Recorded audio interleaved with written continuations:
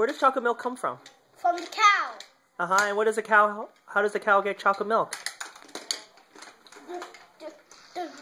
There's milk in the cow. But the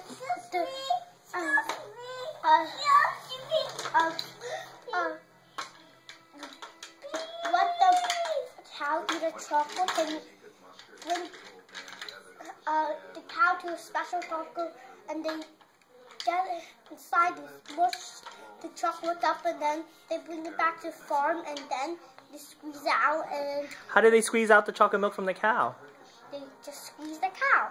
They squeeze the cow, so they feed the cow a piece of chocolate, and then they take him to a room and they squeeze the cow, and chocolate milk comes out.